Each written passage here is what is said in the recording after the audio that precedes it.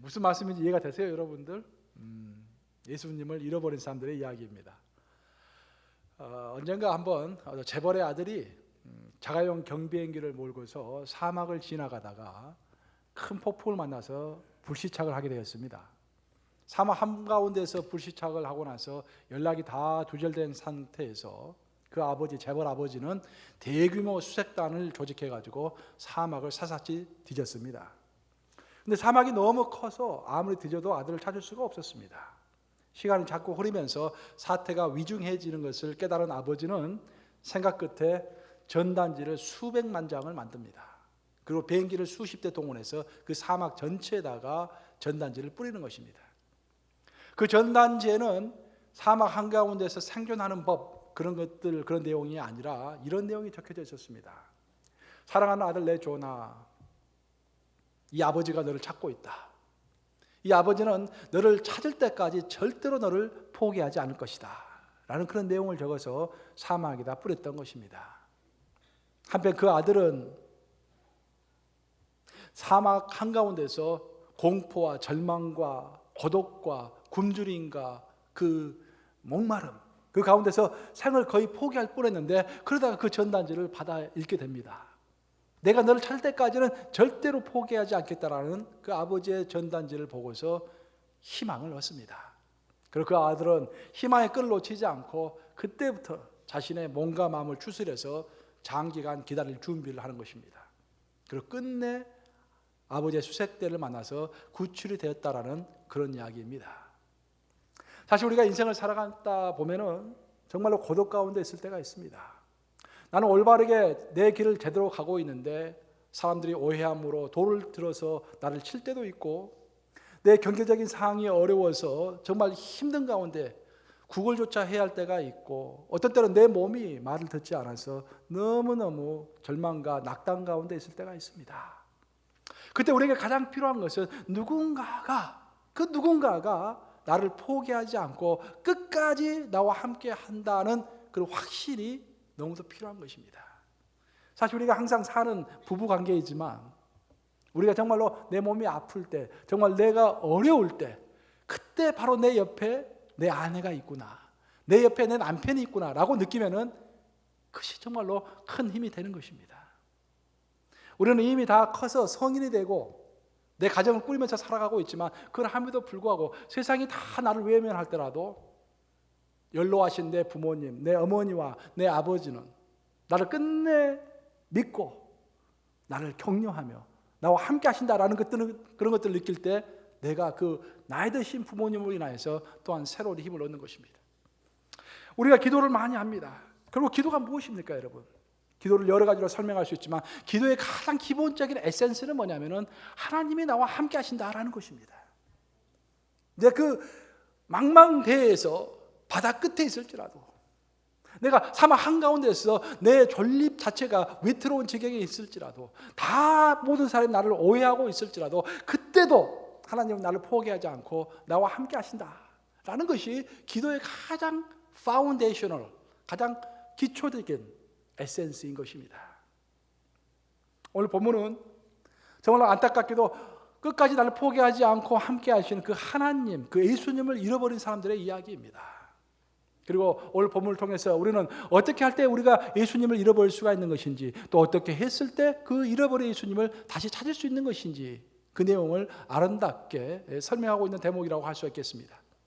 오늘 본문을 보시면은 예수님께서 나이가 12살이 되었습니다. 12살 되어서 이제 예루살렘에서 유월절 축제가 있는데 예루살렘 유월절 축제에 참여하기 위해서 온 가족이 예루살렘에 올라간 것입니다. 그리고 유월절 축제를 잘 마쳤습니다. 거기까지는 아무 문제가 없었어요. 그리고 이제 다시 집으로 돌아오는데 그때 예수님의 나이가 12살이었기 때문에 그 당시 12살이면은 성인으로 취급할 수도 있고 어린아이로 취급할 수도 있는 그런 나이였습니다. 그때 사람들이 이제 예루살렘으로 돌아오면서 도둑들이 많이 있었기 때문에, 도둑떼들이 많이 있었기 때문에 본인들의 생명과 재산을 지키기 위해서, 그러니까 아는 사람끼리 무리를 지어서 이제 고향으로 돌아오고 있었습니다. 무리를 지어서 돌아올 때 보통 여자들과 어린아이들은 맨 앞줄에 이렇게 앞에 있고, 장정들은, 성인 장정들은 주로 뒤에 있습니다. 도둑들이 뒤에서 공격을 하기 때문에. 그리고 이제 가고 있는데 아버지 요셉이 보니까 예수가 안 보여요. 그래서 예수는 저 앞에 있겠지라고 생각하는 거예요. 나이가 12살이니까 아직까지 어린아이 취급을 하면서 앞에 있겠지라고 생각하는 거예요. 또 어머니 마리아가 보니까 예수가 안 보여요. 어머니는 이제 12살이 됐으니까 다 큰 아이로서 저 뒤에 있겠지라고 생각하는 것입니다. 그래서 한나절이 다 지나도록, 하루가 다 지나도록 예수가 사라진 것을 알지 못했습니다. 그리고 한밤이 되어서 잠을 자려고 준비할 때야 예수가 없어진 것을 알고, 어머니 마리아와 아버지 요셉은 가장 먼저 그 친족들 중에서 예수가 있는지를 찾아보았습니다. 예수가 보이지를 않았어요. 그래서 예수를 어떻게 찾을 것인가 그들이 고민하면서 생각해 봅니다. 그래서 고민하다가 생각한 것이 결론이 뭐냐면은, 그럼 우리가 예수를 가장 확실하게 마지막으로 만났던 장소가 어디인가 라고 생각해 봤더니 그것이 바로 예루살렘 성전이었던 것입니다. 여기서 우리는 아주 큰 교훈을 얻게 됩니다. 우리도 인생을 살아가면서 예수는 항상 나와 함께 있다고 생각합니다. 오늘 주일에 대해서 이렇게 예배에 왔는데 참석해 보니까 우리 하임 찬양팀 예배와 경배 찬양하면서 아주 힘있게 우리가 찬양을 했습니다. 또 성가대 찬양을 들으면서 설교를 들으면서 하나님은 나와 함께 하고 있다고 생각하는 것입니다. 하지만 우리가 인생을 살다 보면은 나는 하나님과 함께 있다고 생각했지만 하나님 나로부터 점점 멀어져 있을 때가 생기는 것입니다. 하나님이 느껴지지 않는 거예요. 하나님의 임재가 느껴지지 않습니다. 그때 우리가 어디에서 예수님을 찾을 것인가? 어디에서 우리가 하나님을 찾을 것인가? 내 인생에서 뭔가 하나님의 임재가 강력하게 임하지 않고 하나님의 기름 부으심이 멀리 있어진다고 생각할 때 그때 우리가 어떻게 믿음을 회복할 것인가? 근데 가장 먼저 우리가 생각해야 할 것은 내가 마지막으로 가장 확실하게 예수님을 만났던 때가 어디인가? 바로 그때와 그 장소로 돌아가야 하는 것입니다. 에베소서 요한계시록 2장을 보시면은 예수께서 에베소 교회를 평가하는 내용이 나옵니다. 에베소 교회는 전통이 있었던 교회입니다. 사도 바울이 가장 오래 머물면서 세웠던 아주 유서와 전통과 정말 단단함이 있는 그런 교회였습니다. 그들은 신앙생활을 잘한다고 생각했어요. 전통 가운데서. 하지만 예수님이 봤을 때는 그들이 다른 것은 다 잘했는데 한 가지가 부족했습니다. 그래서 예수님께서 요한계시록 2장 5절에 보시면 그런 말씀하시죠. 너희가 다 잘하는데 너가 그래도 한 가지가 부족하다. 너희가 어디서부터 떨어졌는지를 생각하고 회개함으로 처음 행위를 가지라. 그런 말씀하십니다. 에베소 교회가 모든 것을 다 잘하고 있었던 것처럼 보이지만 한 가지를 잘못하고 있었는데 그것이 바로 하나님을 향한 첫사랑을 잃어버리고 첫 행위를 잃어버리고 하나님으로부터 멀리 떨어져 있었던 것입니다. 예수님은 그들로부터 마음이 많이 멀어져 있었는데 그들은 예수님을 잘 섬긴다고 생각했던 거예요. 그래서 예수님께서 그들에게 주셨던 조언은 뭐냐면은 너희가 잘 생각해서 처음으로 나를 확실히 만났던 그 장소와 그때로 돌아가라라는 것입니다. 여러분 어떻습니까? 우리 신앙생활에 정말 하나님의 기름 부으심이 풍성합니까? 하나님의 말씀과 임재가 아주 내 삶 안에 강력히 영향을 미치고 있습니까? 만약 그런 것들이 하나님의 임재가 잘 느껴지지 않는다고 했을 때 바로 지금이 우리가 첫사랑으로 돌아갈 때임을 믿으시기 바랍니다. 첫사랑으로 돌아가야 돼요. 우리가 그나마 가장 하나님을 사람에 따라서 편차는 있겠지만 그래도 하나님을 진실하게 찾았고 내가 진리에 목말라 했으며 정말 영원한 생명을 갈구해서 정말로 어디에 영생이 있는 것일까 고민해서 그래도 우리가 찾아서 예수님을 영접한 거 아니겠습니까? 바로 그 첫 장소로 돌아가야 합니다. 오늘 본문이 첫 번째로 가르쳐주고 있는 교훈이 바로 그런 것입니다. 너희가 하나님과 멀어져 있다고 생각하느냐? 너희 기억에 예수님을 가장 처음에, 가장 마지막에, 가장 확실하게 만났던 그 장소로 돌아가라는 것입니다. 두 번째로 오늘 본문을 보면은 이제 예수님의 그 어머니와 아버지가 아주 근심 끝에 드디어 예수님을 찾았습니다. 성전에서 찾았어요.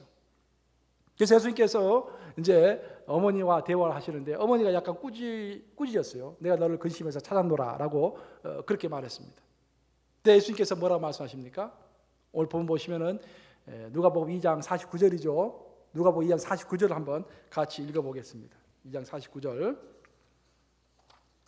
시작. 예수께서 이르시되 어찌하여 나를 찾으셨나이까? 내가 내 아버지 집에 있어야 될 줄을 알지 못하셨나이까 하시니. 결국 여기서 말씀하시는 것은 예수님은 계시는 곳, 예수님은 하나님의 아버지의 집에 계시다라는 거예요. 여기서 우리가 이해해야 할 것은 뭐냐면, 우리가 예수님이 나로부터 멀어져 있다, 내가 신앙에 활력이 없다라고 생각했을 때 가장 먼저 생각해야 할 것은 예수님은 아버지의 집에 있다라는 것입니다. 그럼 여기서 아버지의 집이라는 것이 무엇인가? 물론 문자적으로는 성전을 이야기하겠죠. 하지만 좀 더 구체적으로는 건물로서의 성전에 하나님 아버지가 계시다기보다는 아버지의 마음이 있는 곳, 아버지의 원함이 있는 곳, 아버지의 뜻함이 있는 곳에 바로 예수님 또한 거기 계시다라는 그런 말입니다. 그러면은 아버지가 어디에 계시는가? 아버지가, 우리 하나님 아버지께서 그 마음이 머무시는 곳, 아버지의 관심이 있으신 곳에 우리 예수님이 계시다고 그랬는데, 그럼 하나님의 아버지의 마음이 어디에 있는 것인가? 성경을 종합해 보면은 아버지의 마음은 가장 먼저 만민이 기도하는 집에 있습니다. 성경 분명히 이렇게 말씀하시기를 아버지의 집은 만민이 기도하는 집이라고 했어요. 그래서 우리가 하나님을 찾기 위해서, 하나님의 임재가 우리 가운데 가득하게 머물기 위해서 우리가 첫 번째로 해야 할 것은, 우리 교회는 만민의 기도하는 집이 되어야 할 줄로 믿습니다. 기도해야 돼요. 기도해야 그곳에 하나님의 마음이 머무는 곳입니다. 내 아버지 집은 기도하는 집이다라고 예수께서 선포하시지 않으셨습니까? 정말 우리 교회에 하나님의 임재가 가득하고 기름 부심이 풍성하기 위해서는 기도해야 하는 것입니다. 두 번째로, 아버지의 마음이 머무는 곳은 항상 잃어버린 영혼들이 있는 곳입니다. 우리 예수님의 마음은 항상 잃어버린 영혼들이에요. 우리 하나님의 마음도 마찬가지입니다. 잃어버린 영혼 한 사람이 구원받을 때 천국에서는 천국 잔치가 이른다고 하지 않습니까? 우리의 마음은 사실 그런 데 가 있지 않아요. 우리의 마음은 어떻게 하면은 내 비즈니스와 내 자식들과 내 건강과 그런 것들에 우리 관심이 있습니다. 물론 나쁜 것은 아닙니다, 여러분. 우리가 연약하기 때문에 당연히 하나님께서 우리를 도와주셔야 합니다. 하지만 하나님께서 우리에게 말씀하신 것은, 너희가 그런 것을 염려하기 전에 먼저 그의 나라와 그의 일을 구하라. 그래 하면은 내가 이 모든 것을 너에게 더해 주시리라. 하나님의 산상수훈의 결론입니다. 예수께서 우리에게 주신 산상수훈의 결론이에요. 그러면 아버지의 마음, 그의 나라와 그의 의를 먼저 구한다는 것이 무엇인가? 잃어버린 영혼들을 찾는 것입니다. 그렇죠? 우리 마음이 어려울지라도, 그것을 어떻게 내가 잃어버린 영혼들을 다가설 수 있을까 고민스럽더라도 최소한 아버지의 마음이 있는 곳에 우리의 마음을 통하는 것입니다. 그래서 우리가 전도하고 성령할 때 하나님께서 우리를 기뻐하시고 그 교회에 영적인 권위를 부어주시고 기름 부으심을 주시고 우리 가운데 강력하게 임재로서 함께 하시는 것입니다. 이와 아울러서 하나님의 마음이라는 것은 또한 이 세계에 정말 구약과 신약 통틀어서 항상 하나님의 마음이 있는 곳이라고 아버지께서 가르쳐 주시는 것은 가난한 자, 헐벗는 자, 고통받는 자, 갇힌 자, 그런 가운데 하나님께서 함께 하시다고 우리에게 말씀하시는 것입니다. 결국 오늘 예수를 잃어버린 자들이 예수를 찾았던 것은 성전이었습니다. 아버지의 집, 하나님 아버지의 집에 거하고 계시는 예수님을 그곳에서 찾았던 거예요.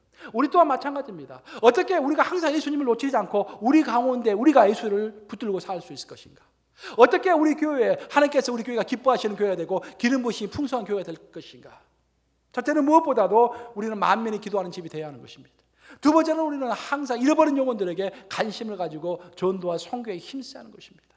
셋째로, 아버지의 마음이 안타까운 곳, 잃어버린 자들 뿐만 아니라 고통받는 자들, 갇힌 자들, 정말로 핍박받는 자들, 그들 가운데 마음을 함께하고 그들을 위해서 기도하고 우리 교회가 작으나마 어떻게 그들을 도울 수 있을 것인지 생각해 볼 때 그때 우리 가운데 하나님의 임재가 가득할 것을 믿습니다. 사실 오늘 2016년 현재 아버지의 마음은 어디에 있다고 여러분들 생각하십니까? 어느 곳에 아버지의 마음이 가장 머물고 있다고 생각하십니까, 여러분?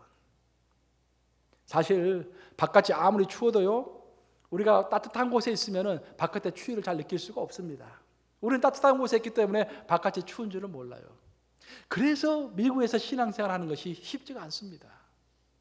지금 전 세계는 아수라장입니다. 지금 그야말로 아수라장이고 어려운데 우리는 따뜻한 가운데 평안하게 지내고 있는 거예요. 그래서 어찌 보면은 우리 미국에서 살고 있는 사람들이 하나님의 마음을 이해하기가 가장 힘들지도 모르겠습니다. 지금 전 세계는 어떤 일들이 벌어지고 있는지 아세요, 여러분들? 우리 한번 사진 한번 띄워보십시다. 지금 전 세계는 UNHCR에 따르면은, UN 난민 기구에 따르면은 전 세계는 아수라장입니다. 지금 인류 역사상 그 어느 때보다도 전쟁이 많이 일어나고 있는 때입니다. 물론 1차 세계대전, 2차 세계대전처럼 큰 전쟁은 아니지만 작은 국지전이 끊임없이 벌어지고 있는 그런 상태에서 우리가 지금 현재 살아가고 있습니다. 이 상태에서 그 전쟁 때문에 집을 잃어버리고 전 세계를 유랑하는 난민들이 전 세계적으로 6천만 명입니다. 6천만 명. 특별히 시리아 같은 나라들은 인구가 2,200만인데 약 1,200만 명. 그러니까 전체 인구의 절반이 넘는 인구가 전쟁통에 집을 잃고서 전 세계로 흩어져 가지고 요르단이라든지 터키, 레바논, 유럽 그런 데 다 이렇게 퍼져서 방랑 가운데 있는 것입니다. 생명의 존재 자체를 위협받는 상황 가운데서 살아가고 있는 것입니다. 이런 와중에서 세계 각 나라들은 이 난민들을 받을 것인가 받지 않을 것인가를 두고 서로 지금 싸우고 있습니다. 저는 바로 이런 상황 가운데 2016년이 흘러가고 있는데 바로 여기에서 우리 기독교의 심판이, 하나님 앞에서의 심판이 결정된다고 저는 생각합니다. 우리가 얼마만큼 이들 위해서 기도하고 얼마만큼 이들 위해서 돕고 이들에게 마음을 쏟는가. 하나님께서 마음이 있는 곳에 우리 마음이 얼마나 가 있는가. 사실 전 세계적으로 보면은 지금 영국 같은 나라는 또 일본 같은 나라는 이민자들 받지 않겠다고 합니다. 지금 이렇게 난민들을 받지 않겠다고 합니다. 독일은 영국보다도 지금 300배가 넘는 인원의 난민들을 받았어요. 내가 알기로 작년만 하더라도 2015년만 하더라도 수십만 명의 난민들을 받았습니다. 전 세계에서 제일 잘 산다고 하고 잘 산다는 우리 미국은 난민들을 정부에서 많이 받으려고 했는데 각 주에서 들고 일어섰습니다. 절대 받을 수가 없다고. 그래서 전 세계에서 제일 잘 사는 미국이 6천만 명 난민 중에서 겨우 10,000명을 받겠다고 선포했습니다. 근데 그 10,000명도 지금 2016년까지 받아야 하는데 약속이 지켜지지 않고 있어요. 워낙 반대가 심해서.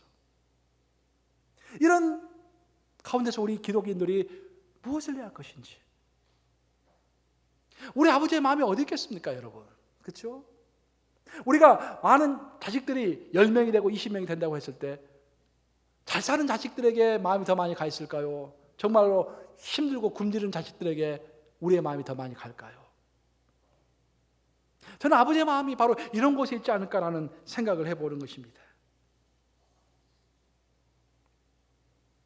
지금 전 세계는 종교전쟁 때문에 아수라장입니다. 지금 사실 우리가 1991년도 12월 25일 날에 고르바초프가 소비에트 연방의 해체를 선언했습니다. 그러면서 이데올로기 전쟁은 다 끝났다. 공산주의는 패배했다라는 것들이 전 세계적으로 드러났습니다. 사실 1991년도 12월 25일이 되기 한 2년 전에 유명한 정치학자인 프란시스 후쿠야마가 책을 썼죠. 역사의 종말이라는 책을 썼습니다. The End of History. 이제 이데올로기 전쟁은 끝나고 이 인류는 자유민주주의, 시장 경제 이 두 가지가 축이 되어서 영원한 행복을 누릴 것이다. 이제 이데올로기 전쟁은 다 끝났다라는 그런 선포를 했습니다. 그리고 2년 후에 정말로 고르바초프가 소련의 해체를 선언했을 때 그 책이 전 세계적인 베스트셀러가 됐습니다. 드디어 평화의 시기가 오는가 보다라고 우리는 처음 생각했어요.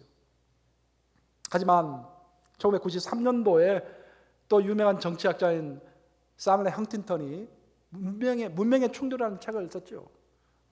Clash of Civilizations. 처음에는 Foreign Affairs라는 그 잡지에 그 글을 기고했습니다. 그 내용에 따르면은 이제 전 세계는 이데올로기 전쟁이 끝났지만 그보다 훨씬 더 심한 문명의 충돌이 시작되었다라는 그런 글을 썼습니다. 처음에는 아무도 그 말을 믿지 않았어요. 그런데 딱 10년이 흐른 후, 소비에트 연방이 해체된 이후로 딱 10년이 흐른 후에 2001년에 9/11 테러가 일어난 것입니다. 그때부터 시작된 지금 문명의 충돌이, 종교의 충돌이 지금까지 지속이 되고 있는데, 놀라운 것은 뭐냐면은 모슬렘들이, 즉 급진주의자들이, 모슬렘들이 주장하고 있는 내용이 겉으로 보면 어떤 종교적인 내용인 것 같지만 실제로 신층적으로 그들이 핵심적으로 주장하고 있는 내용들을 들어가서 보면은 오늘날 우리 자본주의 사회가, 민주자본주의 시대의 리더십이 너무도 부패했다라는 것입니다. 너무너무 부패해서 이 체계 자체가 빈부의 차이가 너무 극심해서 가난한 자들에게 마음을 두는 사람들이 아무도 없다라는 것입니다. 그래서 그들은 선포해요. 바로 우리가 가난한 자들의 편이다. 우리가 정의의 편이다. 그러면서 그 글을 읽고서, 인터넷을 통해서 그 글을 읽고서 전 세계에 있는 젊은이들이, 대학을 졸업한 젊은이들이 그들에게 동조해서 총을 들고 가는 것입니다. 큰 문제입니다. 사실 세계적인 권위를 가진 경제 포럼인 다보스 포럼, 1년에 한 번씩 열리죠. 그 다보스 포럼이 열리면 우리 한국에서는 이재용 삼성그룹 부회장이라든지 뭐 그런 사람들이 갑니다. 전 세계에서 무슨 일이 벌어지고 있는가 서로 상의하고 또 어떻게 할 것인가를 또 상의합니다. 그 다보스 포럼에 따르면은 2016년 오늘날 2016년에 전 세계 1% 부자가 전 세계 50%의 부를 차지하고 있습니다. 그 전 세계 상위 80명의 부자들이 전 세계 인구의 절반인 35억이 가지고 있는 재산보다도 더 많은 재산을 가지고 있는 것입니다. 그런 상태에서 일자리가 없는 청년들은 이제까지는 내가 잘못했다고 생각했는데 알고 보니까 이 세상 시스템이 잘못된 것이구나 라고 하면서 엉뚱하게 손동하는 모슬렘 세력들에게 넘어가고 있는 것입니다. 저는 그것이 옳고 그름의 문제가 아니라 우리의 반성의 차원에서 생각해 봐야 한다고 생각합니다. 우리 기독교들이, 우리 기독교인들이, 또 우리 교회가 정말 앞장서서 이런 난민의 문제와 가난의 문제와 부의 불평등의 문제, 그 하나님의 마음이 있는 거, 지금 깨어지고 억눌린 가운데 있는 자들에게 우리가 마음을 동하고 그들 위해서 정말 중보 기도하면서 마음 아파하고 하나님과 마음을 같이 할 때 이런 문제들이 좀 더 긍정적으로 풀리지 않을까라는 생각을 해보는 것입니다. 오늘날 우리가 너무 이런 문제에 대해서 관심이 없기 때문에 그 틈을 모슬렘들이 비집고 들어가서 전쟁을 일으키고 전 세계를 혼란스럽게 만들고 무려 6천만 명이라는 난민들을 만들어 놓은 것입니다. 오늘 본문을 다시 돌아가면은 요셉과 마리아는 예수님과 함께 있다고 생각했지만 사실 그들은 예수님과 함께 있지 않았습니다. 그들은 예수님이 계신 곳으로 돌아가서야 예수님을 만날 수 있었어요.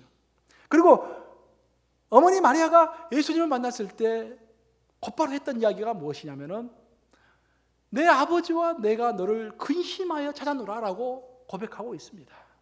물론 이 말은 예수님을 약간 꾸짖는 말이지만 우리가 정말 오늘 설교 중에서 가장 핵심적으로 우리가 묵상하고 생각해 봐야 할 내용이라고 저는 생각합니다. 내가 근심하여 너를 찾아노라. 우리는 과연 얼마나 근심하면서 예수님을 찾고 있습니까? 여러분 어떠세요? 여러분 정말 근심하면서 예수님 찾고 계십니까? 내가 정말 예수님과 함께 있는가 생각해보고 정말 내가 하는 행동과 내가 하는 기도와 내가 하는 모든 것 가운데 하나님께서 기뻐 나의 모든 것을 받으시고 나와 함께 하시는가? 그걸 근심하면서 생각해 본 적이 있으십니까? 저는 우리가 정말로 근심함으로 예수님을 찾아할 줄로 믿습니다. 우리 예수님의 마음이 어디 있는지, 우리 예수님께서 무엇을 원하시는 것인지, 예수님께서 어느 곳에 기름 부으심을 주시기를 원하고 어느 곳에 하나님께서 강력하게 임재하시기를 원하시는지 근심하면서 찾아갈 줄로 믿습니다. 오늘 제가 설교 소도에서 그런 말을 했습니다. 우리 하나님은 어디 계시는가? 우리 하나님은 만민의 기도하는 집에 계시다고 했습니다. 우리 하나님은 잃어버린 영혼자들을 위하여, 잃어버린 한 영혼을 위하여 기도하면서 그들을 위하여 애타하고 나의 모든 것을 바쳐서라도 그 영혼을 구원하고자 하는 그 무리 가운데 함께 하신다고 이야기했습니다. 또한 우리 하나님은, 우리 아버지는 이 세상에서 고통받고 유랑하면서 핍박받고 갇혀서 정말로 어려움에 처한 자들, 그들 가운데 우리가 마음을 동하고 그들 위해서 기도하고 정말 내 일처럼 여길 때 그들 가운데 함께 하실 것을 믿습니다. 내가 근심하여 너를 찾아노라. 여러분, 저와 여러분들이 정말 근심하면서 예수님을 찾아야 할 때인 줄을 믿습니다. 저 마지막 시대입니다. 그렇죠? 물론 마지막 시대가 됐다 해서 뭐 전답을 다 팔고 어떻게 해야 한다 그런 말이 아닙니다. 마지막 시대예요. 근심하면서 예수님을 찾아야 할 때입니다. 그리고 예수님의 마음이 있는 곳, 이미 하나님께서 가르쳐 주신 예수님의 마음이 있는 곳에 우리의 마음을 드려야 할 그런 때인 것입니다. 이 말씀을 명심하시면서 항상 하나님의 마음이 어디에 있을까? 하나님께서 무엇을 원하실까? 하나님께서 어느 곳에 기름 부으심을 주시기를 원하시는 것인가? 분별하여서 바로 그곳에 하나님의 마음이 있는 곳에 여러분의 마음을 드리는 여러분들 되시기를 우리 주님의 이름으로 축복합니다. 기도하시겠습니다.